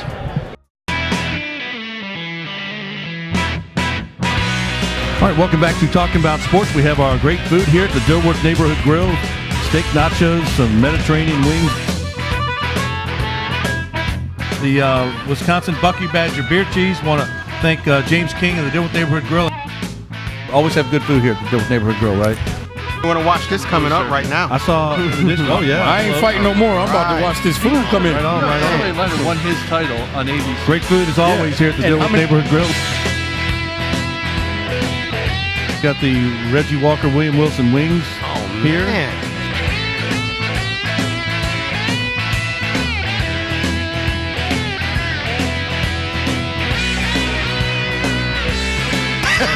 Well, thank you. Hey, man, your phone just did you pay the bill? A lot of them old Baptist preachers that start church at 7 and end at 4 like them long churches. They like they suits long like they sermons.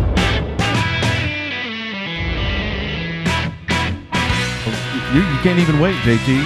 I know, man. No, Looks you too know. good, man. Go, Mike. 20-second TV time. There you here. go. This is Talking About Sports here at the Need a Dilworth 20. Neighborhood Grill.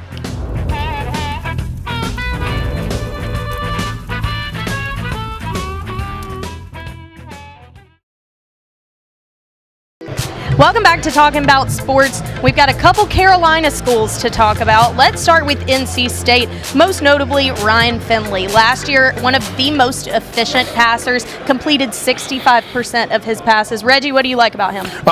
You just said it, the completion percentage, 65%. That's what coaches look for. They look to, if they're going to throw the football, they want the pass completed, and then let the athletes do the work and make plays after the football is caught. One of the things that I noticed in looking at Ryan Finley and being able to see him again in person here today, he's got really, really long arms. And for a kid whose arm is that long as a passer, his release is extremely quick.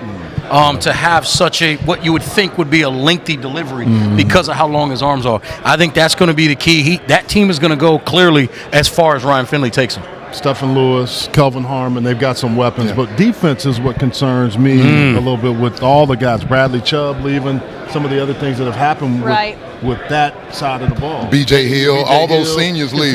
Right. I mean, they were guys that made plays for him. That's hard to replace. And Stan, being a defensive guy, you know as well as I do, that team didn't always play at the highest level, even with those talented players. There were times I saw that defensive front, I think, get worn down a little bit and tap out. Notre Dame comes to mind, where I just felt like they were going up against McGlinchey and Nelson over there on the left side of that Notre Dame line. They'll do that to you. And, if this was the Kumite, they would have said uncle. They didn't want too much more. And that's where depth has to be a key. Yeah, and they got were some looking guys back. forward to that Clemson game because that Clemson game came the next week. I think that it was perhaps there's some of that as well. I I look at just how difficult it is, the depth you talk about in replacing guys on the defensive front, the playmakers. Yeah. When you lose Jalen Samuels and Naheem Hines, those aren't two dudes that show up on your doorstep on an everyday basis. It is going to be pivotal that they find and manufacture some offense. And maybe we talk about the running game all day. Maybe it's by committee with the run game. The thing about Ryan Finley, it's going to force him to throw more passes. Doesn't bother me with Ryan Finley throwing more passes because he doesn't turn the ball over. That's exactly right. It's interesting that you say it's all about the players that they're bringing in. And this morning they were talking about just that, saying that Coach Dave Doran has really changed the culture at NC State, that Raleigh used to be a bit of a ghost town when it came for football Saturdays. And now they're bringing in more players who aspire to play there. And I think that could benefit them down the road. Yeah, the running joke was in Raleigh and Durham, both cities, you just go to the stadium to tailgate and then you go home and do something else. Exactly. That has changed in both places. Right. Especially after the year that obviously NC State had last year. And now the key is going to be that player development, that next set of guys. How good are they to keep this thing going for Coach Dave Doran? Now, speaking of guys that we know how are going to perform, let's talk Clemson, the big dogs. I'm sure there's plenty to say. Let's start with the obvious question. Clemson, one of the top teams in the country, has established dominance the past few seasons. How do you maintain that status and manage expectations? Get beaten the college football playoff by an inferior football team like they did last year. That will fix all of those ills. Speaking of Coach Sweeney, we're talking about Coach Sweeney's guys right now. And Coach, I'm trying to figure out what I need to know is you got all them freaks on that defensive line. How you keep them all happy? Yeah, exactly. I don't keep them. I don't try to keep them happy. I don't. You want them to stay hungry? That's right. I like that better. Coach, I'm going to get up so Coach can sit down, and I'm going to get on out the way. Oh, Coach got to go over there. We'll get him later. Yeah, we got. But yeah, that defensive front and what they're able to do, and what I thought was funny last year, and I think you and I talked about it after week one, that defensive front was pretty quiet in week one. I think they had 2 sacks, and everybody was kind of like, well, I thought. And then the next week, they have 9 or something crazy like that. They just woke up. And that, to me, is the reason why that is the preeminent program in this conference, is because they can dominate you up front. As we just heard Coach talk about, he don't want to keep them freaks up front happy. Just let them get loose and do their thing. And anytime you've got that kind of depth at that position, you're going to be a dominant football team. I'm going to say one thing about it, too. We talk about recruiting. That was a hell of a recruiting job that he did with the guys on the defensive front to stay. Yes. Willie Taggart did it with Royce Freeman out in Oregon. But he was able to keep 4 top-flight guys in-house. And I'm going to say this. I remember when Dabo was an interim coach and trying to figure out how to rechange the culture. It took a while, but you could tell there was something about him, and you see it now. That's the same person you saw then, understanding how to get to those young men and get them to play well. with all that said, they've got an embarrassment of riches at the quarterback position, and I don't think they're afraid of that. They're embracing that. Kelly Bryant, if you don't play well in that A&M game, Sunshine Hunter Lawrence comes in. He's going to play at some point. Right. Can you hold him off? And I think they're talking about it. Etienne can run. Will he pass protect this year? That O-line is not great, but it's really good and solid. And I think that, to me, is, to your point, Stan, the special teams, they're doing everything in all categories. Yeah. But they've got to now stay hungry. And that's the part to me. How do they keep doing that? How do they keep raising the bar? Well, that's why you pay Dabo all that money. It's his job to create a system that not only is new and energetic for the guys, and I don't think he's going to have a problem this year motivating the guys. No. They came back to get a title. They forego millions again to come back and do this. And they know a title. And I believe had Clemson beaten Alabama, they'd have won the national championship. I completely agree with that. 14 weeks in a row saying that Clemson was the best team in the country, and I believe they are. You talking about last year? Yeah, this past year. I thought they were best. And even at the end of the year, they still were. I saw them play down to an opponent's level when they played Syracuse, and guys getting hurt. I think they get bored. But then, and what happened? They sleptwalked through that game, and you saw a different team after that. Sure. So to your point, you're right. You got to figure out how to do it every single week. The thing that doesn't get talked about enough, and we go through the talent, we say Dabo and the coaching. To me, other than being disciplined and being physical, the thing that stands out the most about the Clemson Tigers, balance. Yes. And not just on one side of the football. Offensively, they can spread you out. They got Higgins. They got Renfro back for what seems like his A season. Yeah, he's been there they for can 9 hit years. you in the power run game with Feaston, ETN. They can run the option game with Kelly Bryant. He's mobile enough. Or they can stand back there in the gun and run RPOs on you all day long. Whatever you want to do. Flip the script. We can line up in odd fronts. We can go even fronts. I can press man you. I can play quarters. Whatever the other personnel is on the offensive side of the football or defensive side of the ball for the opponent, they can match and play chess with you all day long. And another thing I love about what Dabo has done, he figures out where the players are. People don't understand. Christian Wilkins is from New England. From Massachusetts. He is from Massachusetts, and they went and found that listen, and I know BC's been there for years, and they play football. Christian Wilkins, Massachusetts, back in the day, he didn't go to Clemson. Dwight Freeney, Connecticut. And you know why? Freaks. Why he was under the radar? He was an AAU basketball player. How about that? He was a really good basketball player. That's why he can do the splits and all those other things. The other thing with that staff, they've been able to keep Tony Elliott, Jeff Scott. Just got paid a whole lot. You talk about a defensive coordinator getting the money that he did. Cut the check.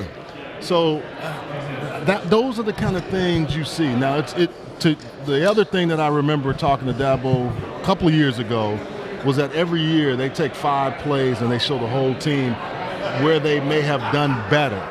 So they don't look at all the stuff that they've done well. He'll do that. And I think that was really key, and I'm sure they're doing it again this year to keep those guys hungry and keep them focused. So aside from a few adjustments here and there and managing expectations, what weaknesses, if any, do you see in Clemson? For me, it's I guess in some ways we still talking about you, Coach. We still talking about you, Coach. Y'all need to move on. Oh, y'all beat me up now. No, we ain't beating you up. I told them earlier. I said, remember when you were interim coach, first game BC, you said, I don't know what's going to happen, but we're going to compete. Yes, exactly right. That was my first win. That was your first win? It was my very first win as a coach, and I never forget that. So we were talking about that earlier today, but this is going to be my 10th year and my 16th at Clemson. And I've seen them all. I saw you when you first got. Yeah, you did. And he didn't think I'd last 2 weeks. hey, no, hey, you rolling too. Like that old dog lays on the porch. You just eventually they feed you. We appreciate you, Coach. But yeah, to me, I think the only one is how consistent will they be at the quarterback position? Yeah. Okay. In terms of if they have to make a change or weakness. See, I don't think the quarterback position is the quarterback position is not a weakness, but if you have to make a change, that's a weakness. No, to me. Here's why. They won't say it, but I'll say it for him. That kid right there is a first-round draft pick if he stays healthy and everything happens for him. Which one? Trevor Lawrence. Trevor Lawrence. I agree with that. But Kelly Bryant is so proficient and effective in the run game So there may be that times playbook is more open. That may be more times when we see both. And they're confident in the fact that now Nick Saban gave you a blueprint. Yeah. Tua Tagovailoa, you get in there and play. Yeah. And I need you in the second half. Well, that's why I said this A&M game to me is I'm very important. looking at that to see. Right. Has Kelly improved in the passing game? Because he had a great spring and an awful spring game. Yeah. I mean, let's just call it what it is. That's real. A good showing. But that's the thing. Can he keep that young man off of him? Who's the team going to rally around? We've been talking about different quarterbacks. That's a situation where you have two really good guys. Yeah. And you can just say, And I can tell you, I've been on a team where there's two guys, and you're trying to figure out who the guy is. Yeah. You don't do it on purpose, but sometimes guys they'll dive a little more for a catch with one guy than the other guy, and that's always something you got to be aware of inside of a locker room. I don't think that's going to be an issue for this Clemson football team because they got freaks everywhere. Yeah. But I think that's going to be a key, and then consistency at running back. That's going to be the other one. I point to this and I wrap up on my Clemson commentary. The biggest weakness? Yes. Success. Yeah. Here's what I mean.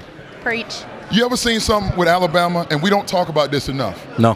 Alabama has more braces and Don Joys and Tate. Yes. They are some of the most physically beat up players in the country. Right. Yeah. How they practice and the amount of games they play year over year. Yeah. Clemson is now in that situation, and on the Clemson and Alabama, two teams last 7 years, 10 wins or more. Only two teams in the country that are doing that. So they're at that Alabama level of 10 wins a year, right? But that body feels it. And even though you're 18, 19, and 20, when you start playing that many games, yes, sir, it hurts. This is not a deep team of competitive depth. They got talent. Yeah. There's a difference in talent and competitive depth. Yeah. And people don't realize if you win a national championship in college football right now, particularly if you're a conference champion, that's 15 games. Yeah. That's 15 football games. Right. And if you're in the Power 5. And if you're in the Power 5, that's 15 physical football games. But you guys said something that's profound. Alabama now has 4 games to play with some of those young guys that are 5 stars coming in, just like Clemson. Right. So you think about Clemson over the last few years, 75% of their freshmen have come in and played. Something that's 70 to 75%. So you have 4 games to toy around if a guy is good early on. That's one thing. The other thing is Nick Saban has been one of those guys. He doesn't know sometimes when to calibrate it back. Right. I think Clemson has learned how to do that in that stretch. So it's going to be interesting when these teams get to that level, what they have to do. And I agree with you. If you get injuries, that's hard in this profession. One prediction I want to get from you guys before we go. Last year we saw Clemson slip up unexpectedly to Syracuse. If they are going to get snuck up from, who could possibly do it? I think it's the Texas A&M game. And I said this during SEC Media Day. Texas A&M, first of all, we know recruiting is not an issue. Yeah. Right. State of Texas, Oklahoma, Buck, you cover the other conferences as well. They got players. Yep. They also got facilities. They got a Jimbo. fan base, so there's energy with that 12th man in that Aggie Stadium. Now you add a crucial piece, a guy named Jimbo Fisher. Yep. Game And changer. if there's anybody that knows how to get it going, that has been there, that can put those rings on the table as a coordinator and a head coach, instill some discipline, press that motivation button, second game of the season, the first real test for Clemson, that game right there, and it's at Texas A&M. It is. That's one of those that can trip you up early. You ask me, I would say in conference, because I agree with you. I think the Texas A&M game is going to be tough, but I think it's Florida State. In conference. In conference, because they have to go to Florida State, I think, this year, which is going to be a difference. Willie Taggart, maybe those young men that are at Florida State understand who Clemson is because they were Clemson 3 or 4 years ago. That's right. So I think that's going to be really key how they play in that game if you talk about a slip-up. And I agree with Buck. I'm going to go with Florida State as the most dangerous for them, going on the road down there as well. And I think the reason why is because Florida State, with their experience at the quarterback position, and Cam Akers allows them to be a balanced football team on offense. Right. I think that's what makes it dangerous for Clemson, because if there's one thing you've got to find a way to do is make those defensive linemen think a little bit. And when you can run the ball and throw the football, again, we saw Blackman all of last year. We saw DeAndre Francois the year before. 2 quarterbacks that know how to complete passes and throw the football, and you can run the ball. I think balance is the most dangerous thing for a really good Clemson team. In conference, real quick, Jet Taylor, if I could. Yeah. watch out for at Boston College. Yes, yes. The ingredient against any physical team when you got those ones, if you run at them. Yep. And if A.J. Dillon gets that thing going and that offensive line can get in a groove, that's what, the third from the last game of the season? That's a good point. At Boston College, like they did. Late in the year, cold. Late in the year, like they played down at Syracuse. Yeah. Maybe they played down at Boston College and they get them. And I played in the Big Ten. I'm going to tell you right now, a running back that's 240, 250 pounds that hits you in your chest in November, that's cold and painful. And you know it's coming, but you can't stop it. You can't stop it. Well, once again, all eyes are on Clemson. They've got the pieces. How can they put it together? Well, when we come back, we are going to wrap things up here at ACC Kickoff, so stay with us. Welcome back to the ACC Kickoff. Now we're going to talk about Boston College. Got off to a bit of a slow start, but then defeated Louisville and became a bit of a hot team. Heading into this year, which team do you think we'll see? Well, go ahead. Go ahead. No, go ahead. I think on the offensive side, A.J. Dillon plays a big role. Yeah. Is Anthony Brown healthy? That offensive line is massive, and they get after you. And then Tommy Sweeney, who I got a chance to talk to, probably on the Mackey Award list here. Should be. Which I vote on, by the way.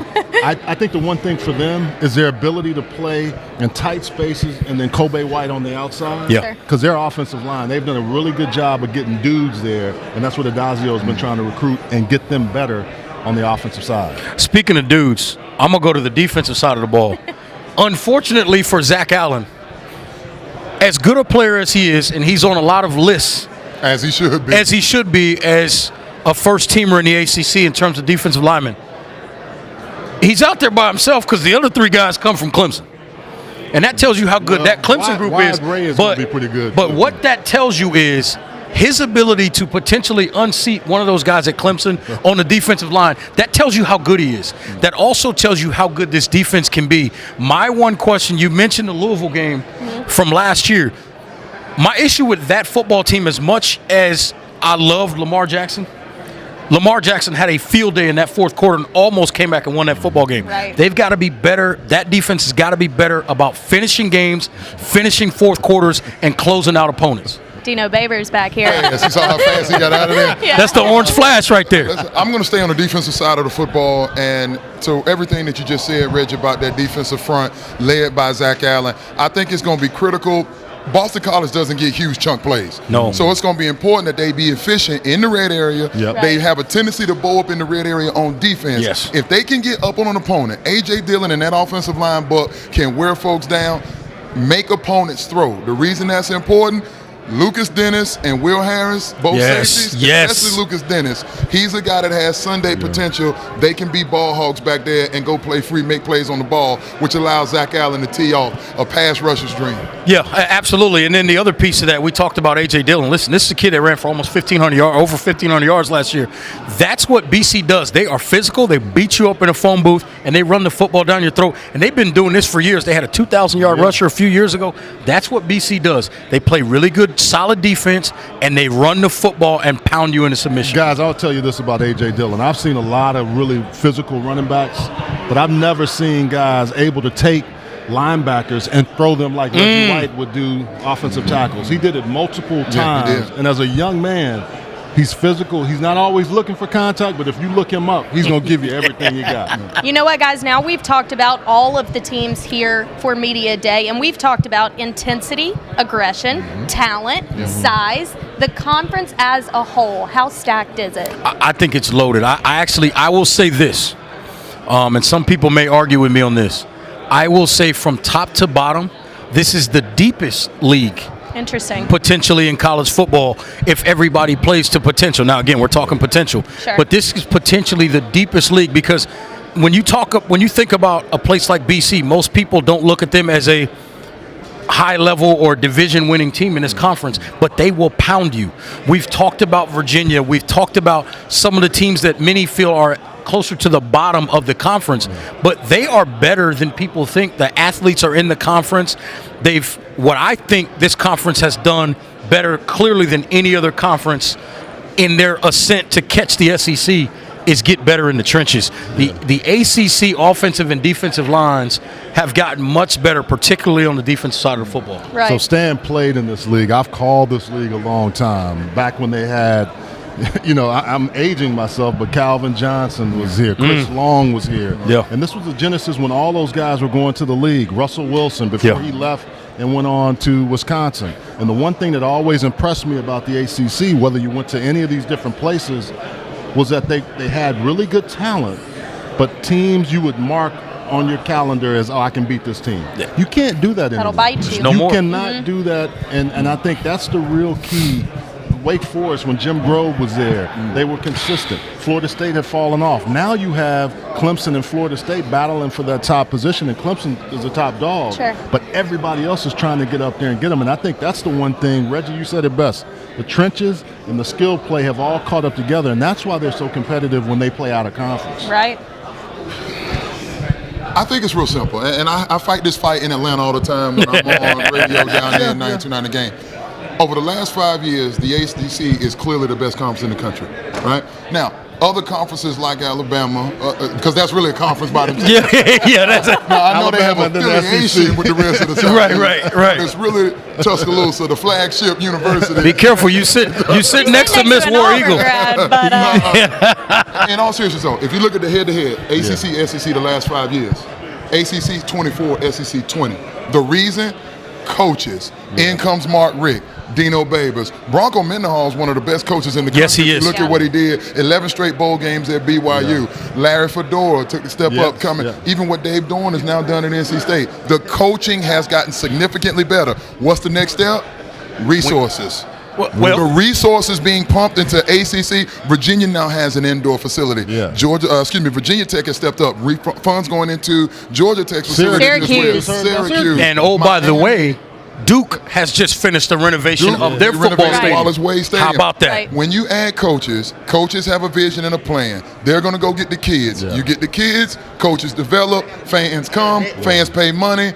Repeat process. Yes, sir. You know what I mean? All right, well, before we wrap, I want to know, and if I was a betting woman, I would probably already pick this, who wins the ACC this year. So I'm going to do one more. Who plays them in the championship?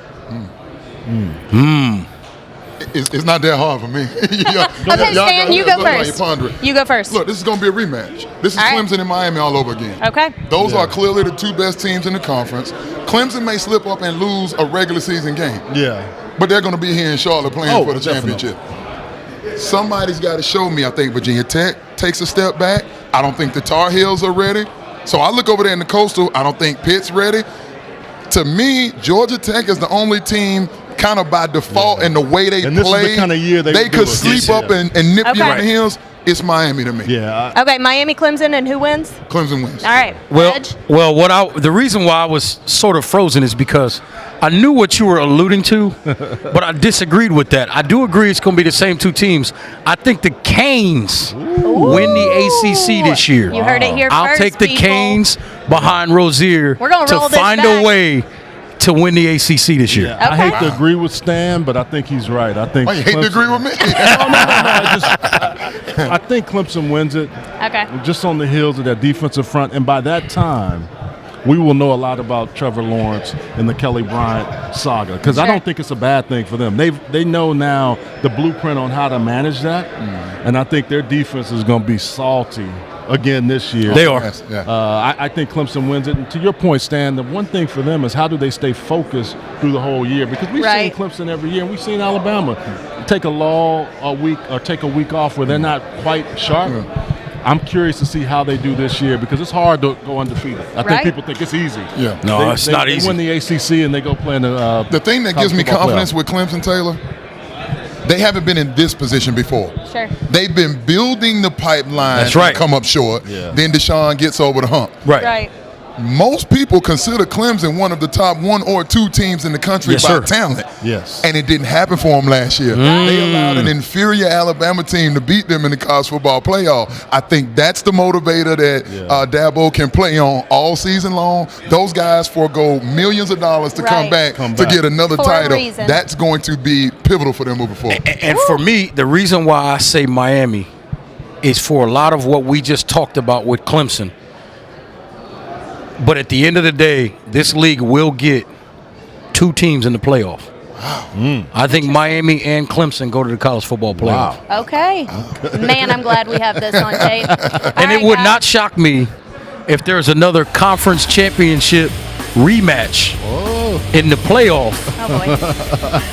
I'm not picking that. I'm not picking that. I'm not picking that. All right, guys. But we are 2 teams are good enough. 6 weeks away from college football, Thank and if the Lord. this didn't get you excited, I don't know what will. So thank you so much for following along, guys. Thanks for chatting with me all day. Be sure and stay tuned to ADSN for all things sports happening in the Carolinas. For everyone with ADSN, I'm Taylor Davis.